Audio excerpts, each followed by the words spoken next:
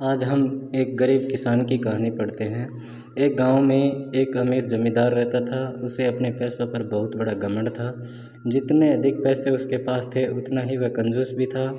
अपने खेतों में काम करने वाले किसानों से वह खूब काम करवाता, मगर पगार कौड़ी भर भी नहीं देता था।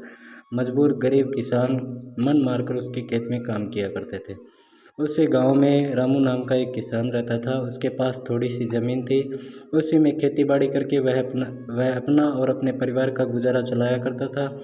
रामू बड़ा ही मेहनती था। वह दिन भर अपने खेत में काम करता और अपनी मेहनत के दम पर इतनी फसल प्राप्त कर लेता कि अपने परिवार के लिए 2 वक्त की रोटी जुटा सके। गांव के बाकी किसानों के पास रामू के मुकाबले अधिक ज़मीनें थी। वे रामू की मेहनत देखकर हैरान होते कि कैसे यह इतनी सी ज़मीन में इतनी फसल उगा लेता है। एक साल गांव में भयंकर सूखा पड़ गया। बिना बारिश के खेत खलिहान सूखने लगे। गरीब किसानों के पास सिंचाई की कोई व्यवस्था नहीं थी। वे सिंचाई के लिए केवल बारिश पर ही निर्भर थे, इसलिए उसकी सारी फसलें बर्बाद हो गई।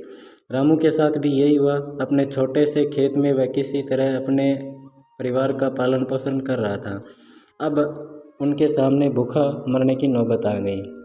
मजबूरी के कारण वह गांव के जमींदार के पास कर्ज मांगने के लिए गया। जमींदार बहुत ही कंजूस था, तो उसने सोचा यदि उसने रामू को पैसे दिए तो ये वापस नहीं लौटा पाएगा, इसलिए इसे अपने खेत में काम पर लगा लेता हूँ। मेहनती तो ये है ही और मजबूर भी है, कम पैसों से दुगनी मेहनत करवाऊँगा। उसने रामू से कहा, देख रामू, मैं तुझे कर्ज तो नहीं दे सकता, लेकिन तेरी इतनी मदद ज़रूर कर सकता हूँ कि तुझे अपने खेत में काम पे रख लूँ। तुझे महीने के 1,000 रुपये दे दिया करूँगा। तो रामू बोला, मालिक, दूसरे किसान 2,000 रुपये पाते हैं। तब जमींदार बोला, तुझे काम करना है तो कर, वरना मेरे पास किसानों की कमी नहीं है। तब मजबूर रामू और क्या करता, हामी भर के घर लौट आया। अगले दिन से जमींदार के खेत में काम करने लगा। मेहनती तो वह था ही, वह खूब मेहनत और लगन से काम करता। उसने 4 महीने का काम मात्र 2 ही महीने में कर दिया। यह देख जमींदार बहुत खुश हुआ, लेकिन इसके मन में अब मकारी जाग उठी थी। उसने सोचा कि 4 महीने का काम तो इसने 2 ही महीने में कर दिया, क्यों ना अब इसे काम से निकाल दूं, इससे मेरे 2 महीने के पैसे भी बच जाएंगे। उसने रामू को बुलाया और उसके 2 महीने के पैसे देकर कहा, रामू, ये ले तेरे पैसे, कल से मत आना, अब मुझे तेरी ज़रूरत नहीं है। यह सुनकर रामू परेशान हो गया। बड़ी मुश्किल से उसका घर चल रहा था। अब अपने परिवार का भरण पोषण कैसे कर पाएगा। वह जमींदार के सामने गिड़गिड़ाने लगा कि उसे काम से न निकाले, लेकिन जमींदार ने उसकी एक न सुनी और उसे काम से निकाल दिया। रामू आंखों में आंसू लेकर घर लौटा। चिंता से रात भर उसे नींद नहीं आई। सुबह उठकर उसने फैसला किया कि वह फिर से जमींदार के पास जाएगा और उससे विनती करेगा कि उसे वापस काम पर रख ले। वह जमींदार के घर के सामने जाकर बैठ गया। सुबह उठकर जब जमींदार अपने घर से बाहर निकला तो रामू को घर के सामने बैठा हुआ देखा। उसने रामू से पूछा, क्या हुआ रामू, क्यों आया है। रामू जमींदार के पैरों में गिर पड़ा और गिड़गिड़ाते हुए बोला, मुझ पर दया कीजिए मालिक, मुझे काम पर रख लीजिए, मेरा परिवार भूख से मर जाएगा। जमींदार ने उसकी एक न सुनी और उसे धक्के मार के वहाँ से निकाल दिया। रामू उस समय तो वहाँ से चला गया, लेकिन अगली सुबह फिर से सेठ के घर के सामने जाकर बैठ गया। जमींदार ने उसे फिर से भला बुरा कहकर भगा दिया। अब से रोज़ यही क्रम चलने लगा। रामू रोज़ जमींदार के घर के सामने जाकर बैठ जाता और जमींदार उसे भगा देता। पूरे गांव में इस बात की चर्चा होने लगी। सब लोग जमींदार को बुरा भला कहने लगे। तंग आकर जमींदार ने सोचा, क्यों न कुछ दिन के लिए परिवार सहित दूसरे गांव चला जाऊं। मुझे घर पर ना देखकर रामू यहाँ आना बंद कर देगा। अगले दिन वह परिवार सहित दूसरे गांव अपने रिश्तेदार के घर चला गया।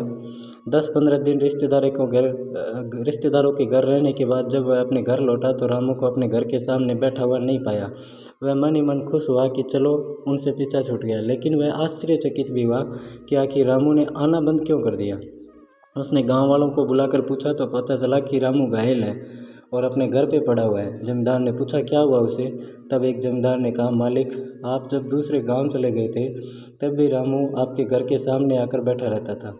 एक दिन आपका खाली घर देखकर कुछ चोर चोरी करने के इरादे से आपके घर में घुसे, लेकिन वे रामू की नज़र में आ गई और रामू अपनी जान की परवाह न कर उनसे उलझ गया और उन्हें भगा दिया। उनके बीच हुई हाथापाई के कारण रामू घायल हो गया।